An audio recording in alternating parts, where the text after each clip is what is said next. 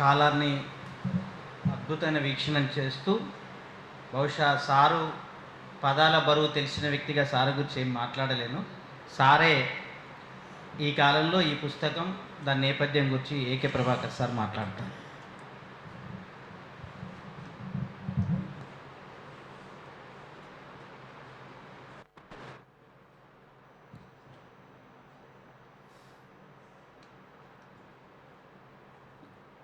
బొగ్గురవ్వలు దాని ఇంగ్లీష్ అనువాదం పుస్తకం ఆవిష్కరణకు వచ్చినటువంటి మిత్రులారా,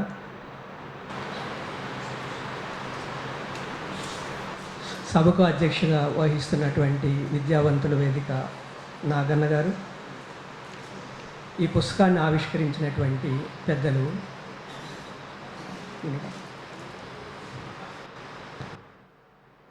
ప్రొఫెసర్ హరగోపాల్ గారు, వేదిక మీద ఉన్నటువంటి మిత్రులు, సభలో ఉన్నటువంటి పెద్దలారా, ఇప్పుడు దాకా ఈ పుస్తకాన్ని పరిచయం చేసినటువంటి భూషి చాలా విషయాలు చెప్పారు. సికాసా చేసినటువంటి గొప్ప పనులన్నీ చెప్పారు. ఒక గుర్తింపు పొందనటువంటి సంస్థగా, అజ్ఞాత సంస్థగా సికాసా కార్మిక ఉద్యమాన్ని ఎలా నిర్మించింది, కార్మికుల హక్కుల కోసం ఎలా పోరాడింది, హక్కుల్ని ఎలా సాధించింది, ఈ విషయాలన్నీ ప్రస్తావించారు ఆయన. అయితే ఈవేళ మనం ఎక్కడున్నాము, ఇది ప్రస్తుతంగా మన ముందున్నటువంటి చాలా పెద్ద సమస్య. సాధించుకున్నటువంటి హక్కులు ఏమయ్యాయి? మళ్ళీ సికాసా లాంటి కార్మిక ఉద్యమం ఎక్కడైనా నిర్మితం అవుతుందా? కాగలదా? కార్మిక సంఘాలు, గుర్తింపు పొందినటువంటి కార్మిక సంఘాలని ఆ రోజుల్లో సికాసా ఎలా తరిమి కొట్టింది? ఆ కార్మిక సంఘాలు ఇప్పుడు ఏం చేస్తున్నాయి? నాకు ఈ తెలుగు పుస్తకాన్ని బొగ్గురవ్వలు పర్స్పెక్టివ్స్ ప్రచురించింది కదా లాస్ట్ ఇయర్. ఆర్కే ఉంటే బాగుండేది, కానీ ఆర్కే లేడని ఏమి లేదు. హరగోపాల్ సార్ పర్స్పెక్టివే, నేను కూడా పర్స్పెక్టివే. సో పర్స్పెక్టివ్స్ రిప్రజెంటేషన్ ఉంది ఇక్కడ. బాలగోపాల్ గారు ఉంటే ఇంకా బాగుండేది. కార్మిక హక్కుల యోధుడు అని చెప్పేసి చందు, కేవలం బాలగోపాల్ అక్కడికి వెళ్ళి సింగరేణి వెళ్ళి ఉద్యమాన్ని ఎలా నిర్మించారు ఆ విషయాలు చాలా వివరంగా మాట్లాడతారు ఆ పుస్తకంలో. ఆయన లేరు మన మధ్య. చాలా సందర్భాల్లో జరుగుతున్నటువంటి అన్ని విషయాలు చూస్తున్నప్పుడు ఒక బాలగోపాల్ ఉంటే ఎట్లా ఉంటుంది, ఇంకొకళ్ళు ఒక కన్నాభిరాని ఉంటే ఎట్లా ఉంటుంది, వాళ్ళు కూడా జైల్లో కూర్చునేవారేమో చెప్పలేము. వాళ్ళకి మాట్లాడేటువంటి స్వేచ్ఛ ఉందా? అంటే లీగల్గా ఉన్నటువంటి వ్యవస్థలన్నీ కూడా ఇల్లీగల్ అయిపోయినప్పుడు, లీగల్గా వాళ్ళకి ఇల్లీగల్ అనేటువంటిది ఏమి లేదు. ప్రశ్నించేవాడు, మాట్లాడేవాడు ప్రతి ఒక్కడు దేశద్రోహి అయినప్పుడు, ఈ దేశద్రోహుల మధ్య ఈ కార్మిక వర్గం ఎక్కడ నిలబడి ఉంది? దేశద్రోహుల్లో ఉందా, దేశభక్తుల్లో ఉందా? ఒకవేళ కార్మిక వర్గం సికాసాలాగా పనిచేస్తే దేశద్రోహులు అవుతారు కదా. ఎటువంటి పోరాట రూపం చేపడతారు? సాధారణంగా మార్క్సిజాన్ని ప్రకారం కార్మిక వర్గ నియంతృత్వం వైపు నడిపేటువంటి కార్మిక వర్గ నాయకత్వంలో జరిగేటువంటి పోరాటాల గురించి మాట్లాడతాం. నిన్న మొన్న జరిగినటువంటి ఎన్కౌంటర్ తర్వాత, అవి ఎన్కౌంటర్ కాదు, అది ఎన్కౌంటర్ అనేటువంటి పదం బూటకపు ఎన్కౌంటర్గా అర్థం మార్చుకుంది. ఇప్పుడు ఎన్కౌంటర్ అనేటువంటి బూటకం కాదు, ఏం కాదు, డైరెక్ట్గా డ్రోన్లతోటి, విమానాలతోటి, వేలాది సైనిక దళాలతోటి దాడులు చేసి అదొక యుద్ధ వాతావరణం క్రియేట్ చేయటం కూడా ఎన్కౌంటర్ అంటున్నారు. అదేంటో ఆశ్చర్యం. ఇలాంటి పరిస్థితుల్లో కార్మిక వర్గం నాయకత్వం వహించేటువంటి స్థితి ఉందా? నాయకత్వం కదా వహించాల్సింది. అన్ని ఉద్యమాలకి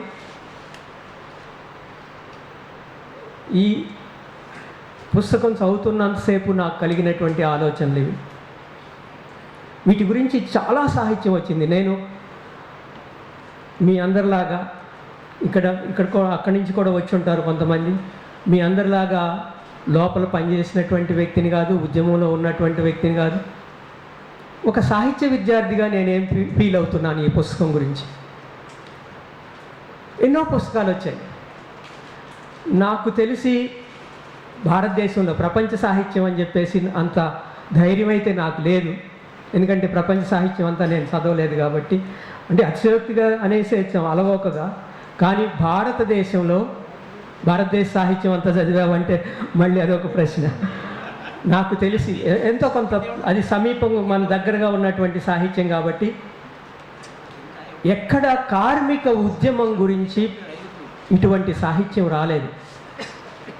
ఇటువంటి సంఘమే లేదు. నిజానికి కార్మిక సంఘం లేదు. సికాసా లాంటి కార్మిక సంఘం లేదు. ఎందుకు వచ్చింది ఇంత కార్మిక ఉద్యమ సాహిత్యం? ఎందుకంటే అక్కడ సికాసా ఉంది కాబట్టి. 81లో 56 రోజుల సమ్మె జరిగినటువంటి సందర్భంలో మొదలైనటువంటి సాహిత్యం. అంతకుముందు కూడా పాటలు ఉన్నాయి, పాటల రూపంలో ఉన్నాయి. పాటలు బావయ్యో బంగారయ్యో అని చెప్పేసి ఆ పాటలన్నింటినీ ఈ పుస్తకంలో కూడా ప్రస్తావిస్తారు. ఆ పాటలు కాకుండా వచన సాహిత్యం వచ్చినప్పుడు కథలు, నవలలు, వ్యాసాలు, నాటకాలు కూడా నాటక రూపం కూడా ధరించినట్టు ఉన్నాయి కొన్ని కథలు. ఎంతమంది కార్మిక అనేటువంటి పేరుతోటి బొగ్గు పొరల్లో అని చెప్పేసి మొట్టమొదటిసారి ఆ పుస్తకం వచ్చినప్పుడు ఆ సమ్మెను చదువుతుంటే ఒళ్ళు గగురు పొడిచేదన్నమాట. ఇలా కూడా జరుగుతాయా అంటే? అప్పటికే ట్రేడ్ యూనియనిజంలో కూరుకుపోయి ఉన్నాయి మన జాతీయ కార్మికోద్యమ సంఘాలన్నీ. దానికి బయట ఇలా ఉద్యమాలు జరుగుతాయా?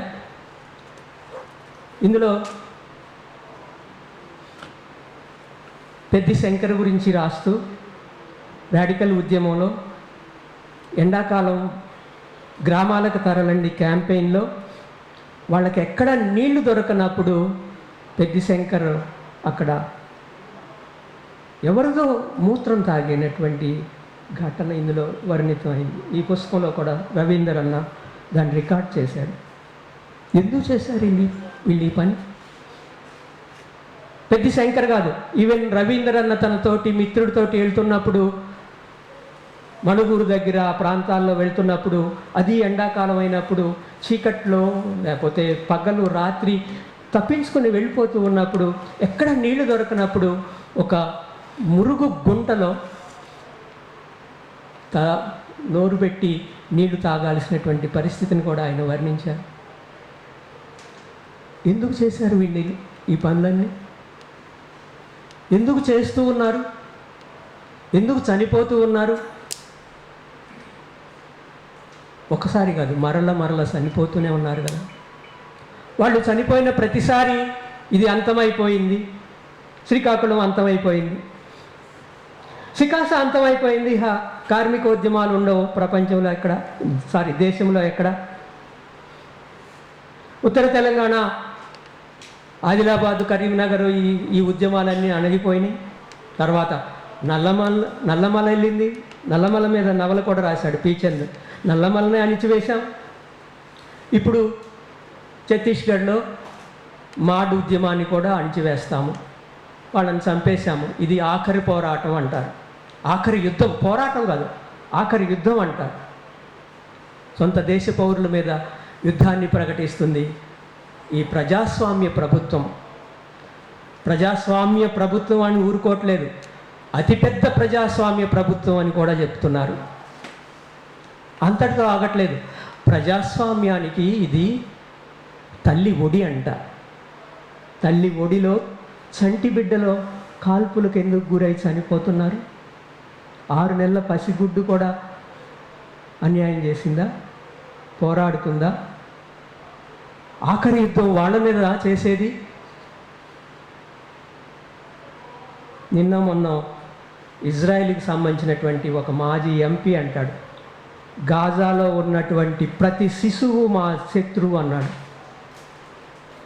ప్రతి శిశువుని చంపటమే మా ఉద్దేశం అన్నాడు. ఎక్కడికి వెళ్తున్నాం మనం? ఆ ఇజ్రాయిలు ఈరోజు భారతదేశానికి ఆదర్శం. ఒకప్పుడు పాలస్తీనాని మొదటి గుర్తించినటువంటి దేశం భారతదేశం అయితే, ఇజ్రాయెల్కి వెళ్ళినటువంటి మొదటి ప్రధాని కగార్ పేరున ఈరోజు ఛత్తీస్గఢ్లో యుద్ధం చేస్తున్నారు. వాళ్ళ స్నేహ హస్తాలు ఇజ్రాయెల్ నుంచి పాలస్తీనా మీదకి ఎలా అయితే వ్యాపించాయో, ఢిల్లీ నుంచి ఛత్తీస్గఢ్ బస్తర్లో కూడా అలాగే వ్యాపించాయి. ఎందుకు చేస్తున్నారు ఈ పనులు? గాజాని ఆక్రమించి ఎవరికి అప్పచెప్తారు? అక్కడ అదొక అద్భుతమైనటువంటి టూరిస్ట్ సెంటర్గా డెవలప్ చేస్తారంట ట్రంప్ గారు. కగార్ని చేసి ఆఖరి యుద్ధం చేసి ఛత్తీస్గఢ్లో ఉన్నటువంటి ఆఖరి మావోయిస్టును కూడా మేము నిర్మూలిస్తామని చెప్పేటువంటి అమిత్ షా గారు ఎవరికి అప్పచెప్తారు ఈ తర్వాత ఈ ఛత్తీస్గఢ్ని? అక్కడ ఉన్నటువంటి అడవి కింద ఉన్నటువంటి సంపదని. ఇది ప్రపంచవ్యాప్తంగా జరుగుతున్నటువంటిది. దీన్ని ఎదుర్కోవటం ఎలా? ఇది ప్రధానమైనటువంటి సమస్య మన ముందున్నటువంటిది. ఎన్నో కష్టాలను ఎదుర్కొన్నాడు రవీందర్. ఆయన జర్నీ ఇది, ఆయన ప్రయాణం ఇది. ఇలాంటి ప్రయాణాలు చాలా చదివాం మనం. మొన్నే ఇందాక ఆయన ఏబుష్ చెప్పారు కదా, ఇప్పుడే వీరుడు అనేటువంటిది. సమ్మిరెడ్డిని ఇంట్లో పైనుంచి హోల్స్ చేసి అందులోంచి పెట్రోల్ పోసి తగలబెట్టేసినటువంటి సమ్మిరెడ్డి కథ ఉంది కదా మనకు. దాన్ని వీరుడు అనేటువంటి కథ నవలగా రాశారు చంద్. దాన్ని తల్లులు బిడ్డల్లో హుస్సేను ఒక చాప్టర్గా కూడా వర్ణించారు. ఆయన గంగారాం గురించి, సరోజ గురించి, లక్ష్మవ్వ గురించి, వీళ్ళందరి గురించి మాట్లాడారు. ఇప్పుడే ఎందుకు వీళ్ళందరూ చనిపోయారు? ఎవరి కోసం చనిపోయారు? ఎవరి కోసం ఈ కష్టాలన్నీ అనుభవించారు? సరళతో వివాహం అయిన తర్వాత రవీందర్, అప్పుడు ఆయన వివాహం అయిన వెంటనే జైలు జీవితం.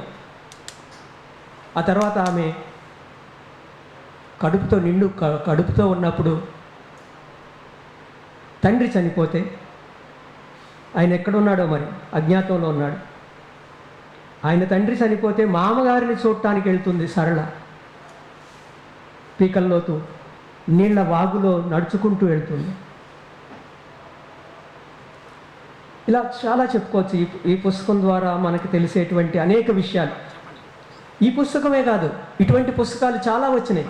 నేను చెప్పాను కదా, ఒక సాహిత్య విద్యార్థిగా వీటిని నేను అబ్జర్వ్ చేసినప్పుడు నల్ల కలువులు అని చెప్పేసి అబంపి పబ్లికేషన్ వాళ్ళు వేసినటువంటిది. ఆ రోజుల్లో ఏం చేసింది సికాసా? ఏం చేసింది?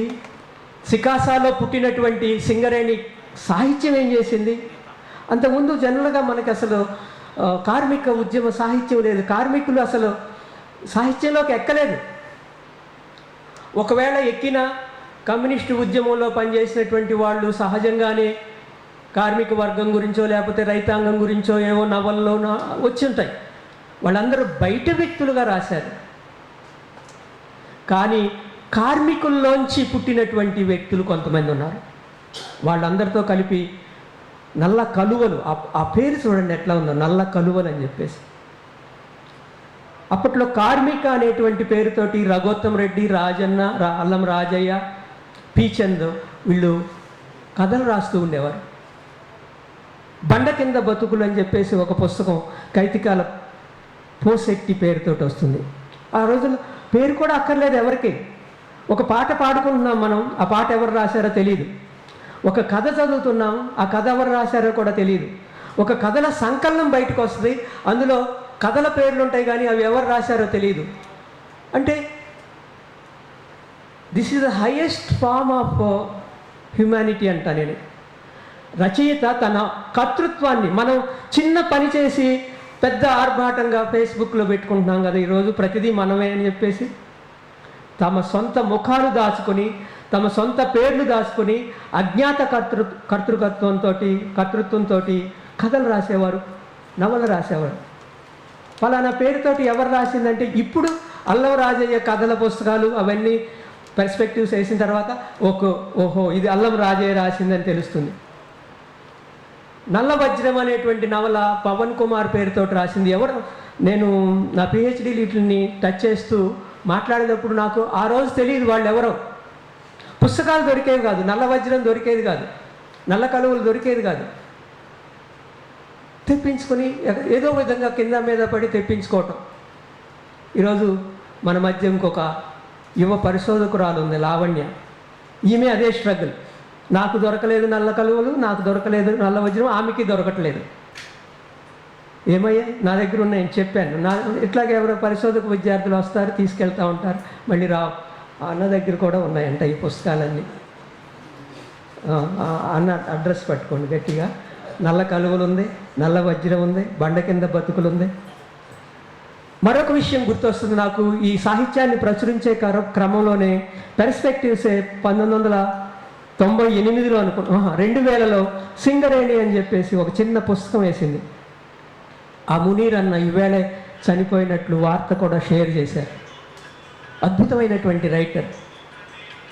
అందులో ఒక చిన్న కవితతోటి ఆ పుస్తకం స్టార్ట్ చేశారు. అమ్మ ఆకలి అవుతుంది, ఆకలి అయితే వండటానికి ఒకవేళ ఉన్నా బొగ్గులు లేవు, పొయ్యి మీదకున్నా పొయ్యి కిందకు లేనటువంటి పరిస్థితి ఒక్కోసారి. వాటి కోసం కూడా పోరాటాలు జరిగినాయి సికాసా టైంలో. గాలి కోసం, ఫ్యాన్ కోసం, లైట్ కోసం, గుడిసేసుకోవటం కోసం, గుడిసెల్లోకి కరెంటు కోసం, రోడ్డు కోసం, నీళ్ల కోసం, ఇల్లు, నీళ్ల తగు, ఇలాంటివన్నీ కథలు. అందులో నీళ్ల తగు అని ఒక కథ, ఇల్లు అని ఒక కథ, బొగ్గుపూరంలో ఉన్నటువంటి కథల గురించి మాట్లాడుతున్నాను నేను. ఇవన్నీ ప్రతి దాని కోసం పోరాడారు. సేఫ్టీ బెల్ట్ కోసం పోరాడారు, బూట్ల కోసం పోరాడారు. ఈరోజు అనుభవిస్తున్నటువంటి సుఖాలు ఈరోజు లాభాల్లో నడుస్తుందంటారు. ఒకప్పుడు 1,20,000 మంది ఉన్నటువంటి కార్మికులు ఈరోజు 30,000 మందికి కుదించేశారు కదా. రవీంద్ర అనే తన చివరి మాటల్లో రాస్తాడు, ఒకప్పుడు 100-30 రేషియో ఉండేదంట. 100 మంది కార్మికులు ఉంటే 30 బావులు ఉంటాం, ఇలా ఒక రేషియో ఉంది. ఈరోజు అది ఉల్టా అయిపోయింది. 30,000 కార్మికులు ఉంటే 100 గన్లు ఉంటాయి. ఏమయ్యారు ఆ కార్మికులందరూ? ఇప్పుడే ఏబూషి ఒక మాట మాట్లాడుతూ అన్నారు, ఆయన ఎంతమందిని పర్మనెంట్ కార్మికులు చేసింది కాంట్రాక్ట్ కార్మికుల్ని అన్నారు. వాళ్ళు ఏరి ఈ రోజున అక్కడ సమ్మె కట్టేటువంటి పరిస్థితి ఉందా? సమ్మె కడితే ఎటువంటి పరిస్థితుల్లో సమ్మెకి వెళ్తున్నారు వాళ్ళు? నాకు ఇంకొక కథ గుర్తు వస్తుంది, ముళ్ళపూడి సుబ్బారావు రాసినటువంటి కథ హక్కుదారులు. ఆ కథ పేరు. ఈ హక్కుదారుల్లో ఆయన క్వశ్చన్ రైజ్ చేశారు. ఓకే, బోనస్ ఇస్తున్నారు, ఇప్పుడు బోనస్లు కూడా ఇస్తున్నారు. 8.33 బోనస్ కాదు, అది 15 అయింది, 20 అయింది, 25 కూడా అయింది. ఆహా, ఇన్ని పోరాటాల ద్వారా మనకి 25% వస్తుందని చెప్పుకుంటున్నాం కదా. ఈ 30,000 మంది కాకుండా అవుట్సోర్స్డ్ కార్మికులు ఉంటారు కదా, అంతా అవుట్సోర్సే, ఎవ్రీథింగ్ ఈజ్ అవుట్సోర్స్డ్. మరి వచ్చినటువంటి బోనస్లో అవుట్సోర్స్డ్ కార్మికుల శ్రమ ఎంత, వాళ్ళు పొందుతుంది ఏంటి, ఎవరు హక్కుదారులు, నిజమైన హక్కుదారులు అని కొత్త ప్రశ్న లేవనెత్తాడు అతను. అంటే సింగరేణి సాహిత్యం అంటే ఇవన్నీ కూడా సాహిత్య వస్తువులు అయ్యాయి. ఎవరు మాట్లాడుతున్నారు ఈ విషయాలన్నీ? కార్మికులు స్వయంగా మాట్లాడుతున్నారు. అల్లం రాజన్న సైరన్ నవల్లో సికాసా ఏర్పడటానికి ముందు ఎటువంటి పరిస్థితులు ఉన్నాయి అవన్నీ ఈ పుస్తకంలో ఉన్నాయి. ఎందుకంటే 78 నుంచి 85 వరకు 7 సంవత్సరాల ప్రయాణం ఇది. ఈ 7 సంవత్సరాల ప్రయాణంలో గంగారాం ఉన్నాడు, శ్యాము, రఘు అని మారు పేరుతో ఉన్నటువంటి నల్ల ఆదిరెడ్డి ఉన్నాడు, చాలామంది ఉన్నారు. హుసేన్ ఇంకా ఉన్నాడు, గట్టిగా మాట్లాడితే జైలుకి వెళ్తాడు. ఇప్పుడు రవీంద్ర అన్న గట్టిగా మాట్లాడతాడా? గట్టిగా మాట్లాడితే ఉపా ఉంది ఇంకా ఆయన మీద, పోయొచ్చిండంట ఇప్పుడే. ఆయన మీద ఉపా ఉంది కానీ పాప ఎందుకో తప్పించుకున్నారు పెద్ద ఆయన అని చెప్పేసి. ఇప్పుడు వాళ్ళకి పెద్ద ఆయన చిన్న ఆయన అని ఎవరు ఏమి లేదు. 68 ఏళ్ల రవీందర్ శత్రువే, అంబటి నాగన్న శత్రువే, హరగోపాల్ సారు శత్రువే. దీనికి అంతం లేదు. అటువంటి పరిస్థితుల్లో వస్తున్నటువంటి పుస్తకం ఇది. ఎందుకు అవసరం అవుతుంది? పి. చందే శేషగిరి అని ఒక నవల రాస్తాడు అదే రోజుల్లో. ఎప్పుడో 2000లో శేషగిరి 40 నాటి తెలంగాణ రైతాంగ పోరాటం, సాయుధ రైతాంగ పోరాటం నాడు కార్మికులు ఎలా ఇదయ్యారు. ఆ రోజుల్లో శేషగిరి అందరికీ పేరు, కార్మికోద్యమ నాయకుడికి శేషగిరి పేరు. వీళ్ళు ఉద్యమం చేసినప్పుడు కార్మికోద్యమం నాయకుడు రమాకాంతం, సమిరెడ్డి రమాకాంతే, కట్ల మల్లేశము రమాకాంతే. ఈ చరిత్రనంతటిని నేను సాహిత్యం ద్వారా తెలుసుకున్నాను. సాహిత్యం ద్వారా చరిత్రను తెలుసుకుంటున్నానంటే అంత సాహిత్యం వచ్చిందని. సాహిత్యం ద్వారా నేను చరిత్రను తెలుసుకుంటున్నానంటే చరిత్ర సాహిత్యాన్ని అంతగా ప్రభావితం చేసిందని. సార్, మీ టెరిటరీలోకి వెళ్ళి మాట్లాడుతున్నాను. చరిత్ర అలా నిర్మితం అవుతుందంటే చరిత్ర నిర్మించినటువంటి ఒక గొప్ప మహోద్యమం అక్కడ నిర్మితం అయిందని అర్థం. ఆ ఉద్యమాల గురించి అంటే సాహిత్యం గురించి మాట్లాడటం, చరిత్ర గురించి మాట్లాడటం, చరిత్ర గురించి మాట్లాడటం అంటే చరిత్ర నిర్మాతల గురించి మాట్లాడటం, ఆ చరిత్ర నిర్మాతలను తయారు చేసినటువంటి ఒక నిర్మాణం గురించి మాట్లాడటం. ఇప్పుడు ఆ నిర్మాణాల అవసరం. ఓకే, చంపేయచ్చు, బసవరాజును చంపేయచ్చు, మల్లోజుల కోటేశ్వరం చంపేయచ్చు. కోటేశ్వరరావు ప్రసక్తి కూడా ఇందులో ఈ పుస్తకంలో ఉంది. చంపేయచ్చు. బషాయిటుడు అని చెప్పేసి మహాశ్వేతాదేవి నవల గుర్తొస్తుంది నాకు. ఉద్యమంలో ప్రతిసారి బషాయిటుడిని చంపేశామని వాళ్ళు సెలబ్రేట్ చేసుకుంటారు. నన్ను అడిగితే ఈ రోజున బషాయిటుడిని ప్రతి ఉద్యమంలోనూ టెక్స్ట్ బుక్ చేయాలి. ప్రతి ఉద్యమంలోనూ టెక్స్ట్ బుక్ అంటున్నా నేను, స్కూళ్ళలో కాదు. బషాయిటుడు చనిపోయాడు అని చెప్పేసి ప్రభుత్వాలు, పాలక వర్గాలు ప్రతిసారి సెలబ్రేట్ చేసుకుంటాయి. మళ్ళీ ఎవరో ఇంకొక చిన్న తిరుగుబాటు జరుగుతూ ఉంటుంది. ఎవరు దీన్ని నిలువ చేస్తున్నారంటే మళ్ళీ ఒక టుడు, మళ్ళీ ఒక బషాయిటుడు అతను వస్తాడు. మల్లోజుల కోటేశ్వరరావు పోతే మల్లోజుల వేణుగోపాల్ వస్తాడు. ఆ స్థానంలోకి గణపతి వెళ్తే గణపతి స్థానంలో ఒకరు వస్తారు, ఇంకొకరు వస్తారు. ఆగిందా? స్పార్టకస్ని చంపేసిన రోజునే మొత్తం బానిస చరిత్ర అంతా ఆగిపోయిందా? బానిసల తిరుగుబాటు ఆగిపోయిందా? ఆగలేదు కదా. ఎప్పటికీ ఆగదు. ఆగుతుందని ఎవరన్నా అనుకుంటున్నారంటే వాళ్ళు అహంకారంతో ఉన్నారని అర్థం. అజ్ఞానం కాదు. వాళ్ళు అజ్ఞానంలో లేరు. వాళ్ళకి జ్ఞాన వ్యవస్థలన్నీ ఉన్నాయి, పాలక వ్యవస్థలన్నీ ఉన్నాయి, అన్నీ వాళ్ళ వైపు ఉన్నాయి. కానీ వాళ్ళు అహంకారంతో విర్రవీగుతున్నారు. అంత అహంకారంతో ఎందుకున్నారు అంటే వాళ్ళు చాలా పెద్ద భయస్థులు అన్నమాట. వాళ్ళకి భయం ఉంది కాబట్టి ఈరోజు ఆయన శవాన్ని సైతం తీసుకొచ్చి అక్కడ శవానికి అంతిమ యాత్ర కూడా ఒప్పుకోవట్లేదు. ఎందుకంత భయపడుతున్నారు? అది తెలంగాణ ప్రభుత్వం కావచ్చు, అక్కడ ఆంధ్రప్రదేశ్ ప్రభుత్వం కావచ్చు, అది ప్రతిపక్షంలో ఉన్నవాళ్ళు కావచ్చు, అధికార పక్షంలో ఉన్నవాళ్ళు కావచ్చు. ఎందుకు ఇంత భయపడుతున్నారు? నేను పర్లేదా? పర్లేదా? 2 minutes మాట్లాడచ్చు. ఇంత సాహిత్యం వచ్చింది, కథలు వచ్చాయి, పాటలు వచ్చాయి, నవళ్ళు వచ్చాయి, నాటకాలు వచ్చాయి, జీవిత చరిత్రలు వచ్చాయి, వ్యాసాలు వచ్చాయి. ఆ రోజుల్లో కోల్డ్ బెల్ట్ పత్రిక వచ్చేది. ఆ పత్రిక కోల్డ్ బెల్ట్ అంటం ద్వారానే తెలుస్తుంది. రాడికల్ వాయిస్ అని చెప్పినట్లు ఫస్ట్ రాడికల్ వాయిస్ వచ్చింది, తర్వాత కోల్డ్ వాయిస్ అని పత్రిక, గోడ మీద పత్రిక వచ్చేది. అంటే మనం ఇందులోంచి నేర్చుకోవాలి. అది నేను చెప్పదలుచుకుంది. ఒక ఉద్యమం నిర్మాణం కావాలంటే కేవలం త్యాగాలే కాదు, సాహసాలు కూడా అవసరమవుతాయి. ఎటువంటి సాహసాలు అవసరమవుతాయి? ఎటువంటి హార్డ్షిప్ ఇన్ ద లైఫ్ అంటాం కదా, దాన్ని ఇందులో చూసాం మనం. అట్లాంటి సందర్భాల్లో పార్టీ ఏం చేసింది? పార్టీ ఎటువంటి నిబంధన? ఇందులోనే పెళ్లి చేసుకోవటానికి పార్టీ అనుమతితోనే పెళ్లి చేసుకున్నాను, పార్టీ నాకు పెళ్లి చేస్తుంది, వాళ్ళ మాంగారు శాస్త్రోక్తంగా పెళ్లి చేసుకోమంటారు రవీంద్రన్ని. లేకపోతే నా కూతుర్ని ఏమని అంటాడు, ఆయన నువ్వు ఇచ్చేదేంటి, ఆమె నాతోటే ఉందని ఆయన తీసుకెళ్ళిపోయి పార్టీలో పెళ్లి చేసుకుంటాడు. పార్టీ పెళ్లి చేసుకుంటే మామగారు ఊరుకోలేదు. చాలాసార్లు ఈ పుస్తకం చదువుకుంటే నేను చూసుకున్నట్లయింది. మా మామగారు కూడా ఎట్లాగే తెలుసు. మా మామగారు కొత్త బట్టలు ఇచ్చి కొత్త బట్టలు కుట్టించుకొని అప్పట్లో ఎంతో 1000 రూపాయలు అట్లా ఇస్తానంటే నేను బట్టలు వేసుకోకుండా తిరగట్లేదు, బట్టలతోనే ఉన్నాను. చివరికి స్టేజ్ మ్యారేజ్, అక్కడికి వెళ్ళి దండలు ఉంటాయంటే మంగళసూత్రం కట్టమన్నారు. ఎక్కడి నుంచి తెచ్చి కట్టేది? నేను మంగళసూత్రం తీసుకెళ్ళలేదు, పెళ్లి కొడుకే తీసుకెళ్ళాలనుకుంటున్నా, నాకు తెలీదు. ఈ రోజు కూడా మా మిస్సెస్ కనీసం ఒక దండ కూడా కొనలేదు కదా నువ్వని ఎక్కిరిస్తూ ఉంటుంది. ఆమె ఫోటోలు కూడా ఏమి లేవు. అంటే పెళ్ళయిందంటే పెళ్ళయిందని, ఎక్కడన్నా వెళ్ళాలంటే ఇప్పుడు ఒక అఫిడవిట్ పెట్టి మేమిద్దరం భార్యాభర్తలని చెప్పేసి వెళ్ళాలన్నమాట. ఆయనకి ఇదే సమస్య అయింది.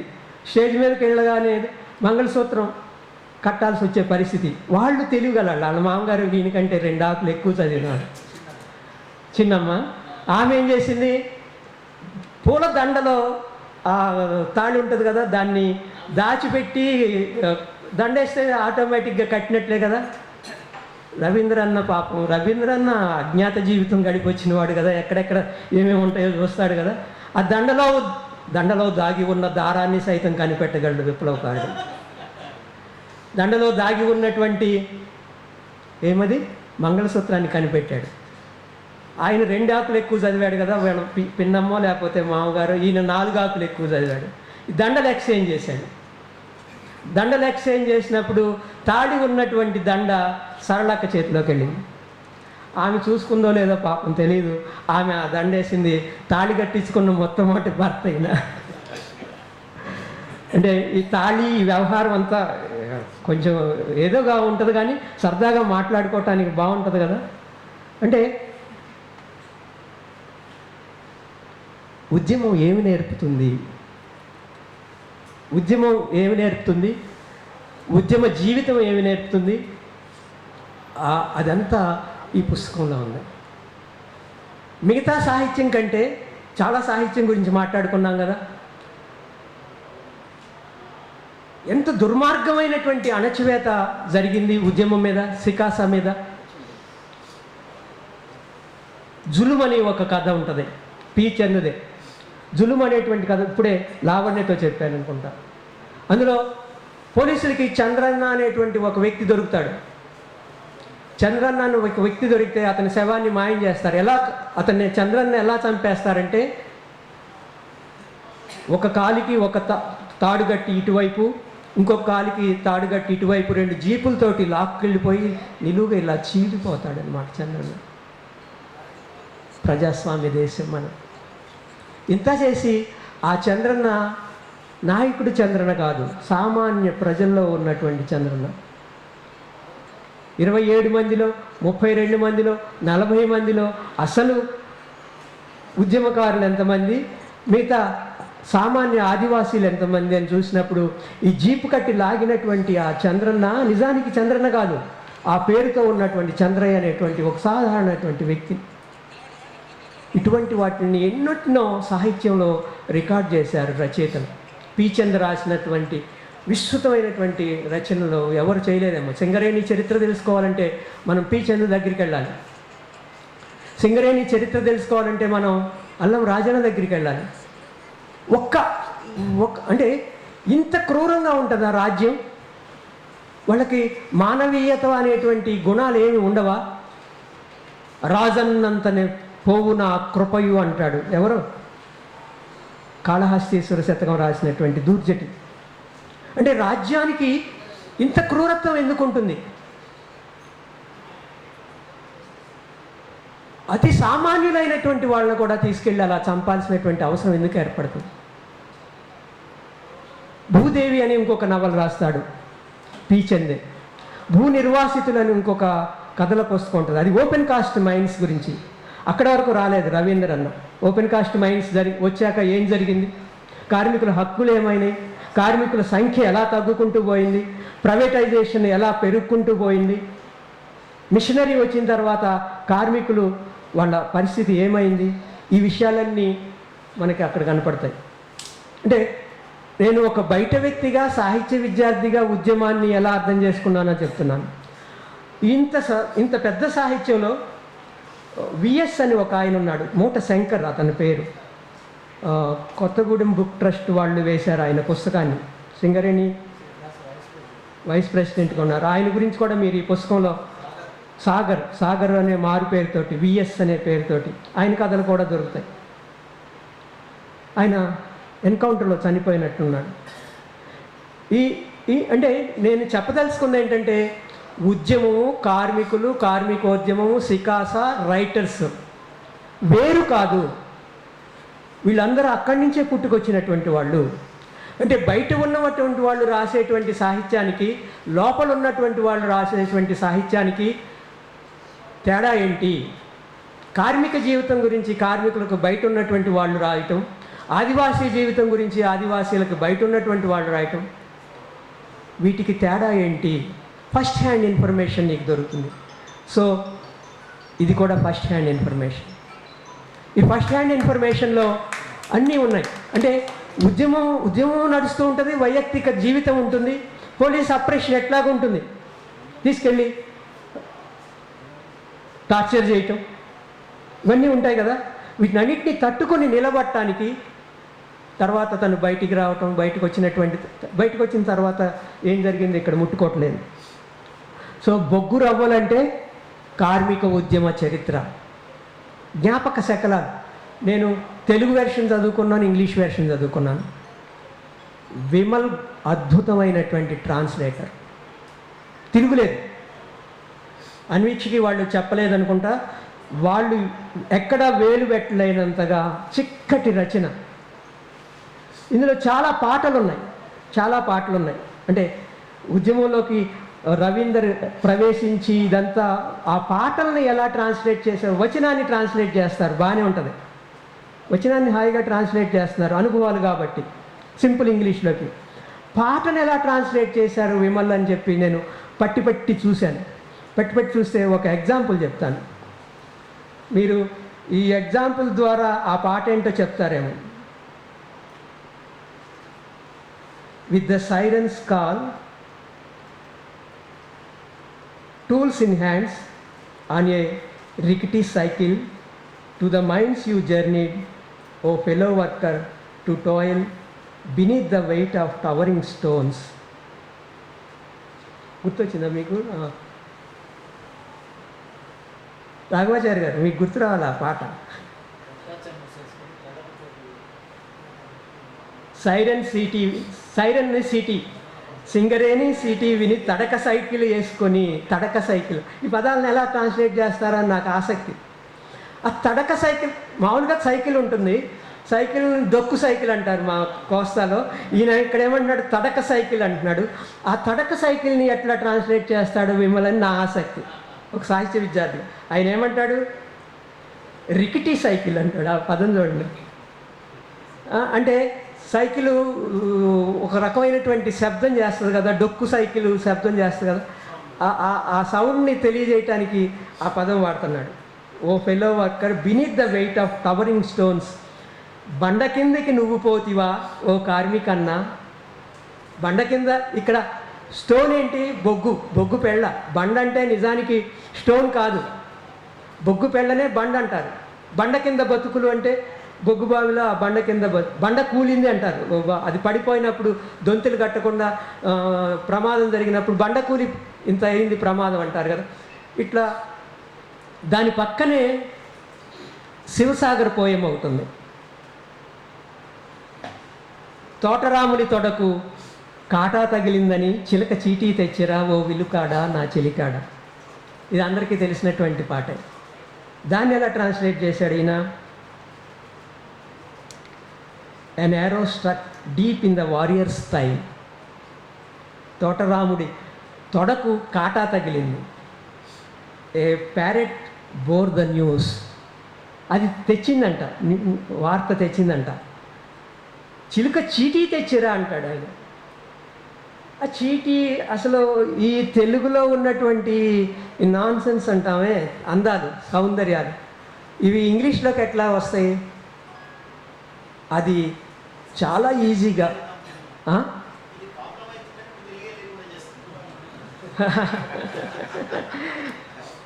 ఓ ఆర్చర్ మై ఫ్రెండ్, ఈ పాటను ఈల పాటలో వినిపించాడంట. ఎవరు? రవీందర్ వీల పాట వేశాడు. వీళ్ళ పాట వేసే సరళక్కని పిలిచాడు.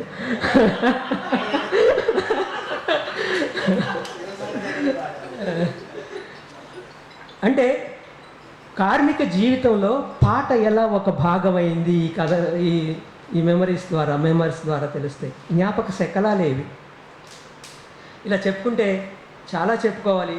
ఆయన పెళ్ళి, ఆయన క్వార్టర్స్ లేవు కదా, సింగరేణి కార్మికుడి క్వార్టర్స్ కూడా పోరాటం చేయాల్సిందే. క్వార్టర్స్ కోసం పోరాటం చేస్తే గుడిసెలు వస్తాయి, గుడిసెల కోసం పోరాటం చేస్తే గుడిసెల దగ్గరికి నీళ్ళ కోసం పోరాటం చేయాలి, నీళ్ళు వచ్చిన తర్వాత కరెంటు కోసం పోరాటం చేయాలి. ప్రతిదీ పోరాటం ద్వారానే. అప్పుడు వాళ్ళ మేనేజర్ ఎవడో ఉంటాడు కదా, శాంక్షన్ చేయడు. వాడు అంటాడు ఈరోజు గుడిసెని ఒప్పుకుంటే రేపు కరెంట్ అంటాడు, రేపు కరెంట్ అయితే రోడ్డు అంటాడు, ఆ తర్వాత స్విమ్మింగ్ పూల్ అంటాడు. అంటే వాళ్ళకి ఉన్నటువంటి ఇవి ఉన్నాయి కదా సదుపాయాలు, వీళ్ళు కోరతారేమో అని భయం. అదే హుస్సేన్ పాట ఒకటి కూడా ఉంది. వాడి గుడిసె చుట్టూ తంగేడి చెట్లు, వాడి బంగ్లాలోనేమో పూల చెట్లు. ఇక్కడ నాకు నీళ్లు లేవు, అక్కడ వాడికి అర్రాకొక్క ఫ్యాను, ఇక్కడ నేను చీకట్లో ఉంటాను. అబ్బా ఏం పాటలు, అబ్బా ఏం పాటలు, ఏం ఉద్యమాలు, ఏమి కార్మికులు. ఈవేళ అవసరం, ఈవేళ అవసరం. ఈవేళ తెలుగు రైడర్స్ కాదు, భారతదేశంలో ప్రపంచంలో ఉన్న రైడర్స్ అందరికీ సింగరేణిలో ఒకప్పుడు ఇంత గొప్ప ఉద్యమం జరిగింది. ఈ కార్మిక చైతన్యమే ఇప్పుడు కార్మికులు అందిపుచ్చుకోవాల్సినటువంటి చైతన్యం. ఆనాటి సికాసా చైతన్యాన్ని ఈరోజు కార్మిక చైతన్యం, కార్మికులు అందిపుచ్చుకున్నప్పుడు అప్పుడు కగారికి సమాధానం చెప్పగలమని తెలియజేస్తూ సెలవు తీసుకుంటాం.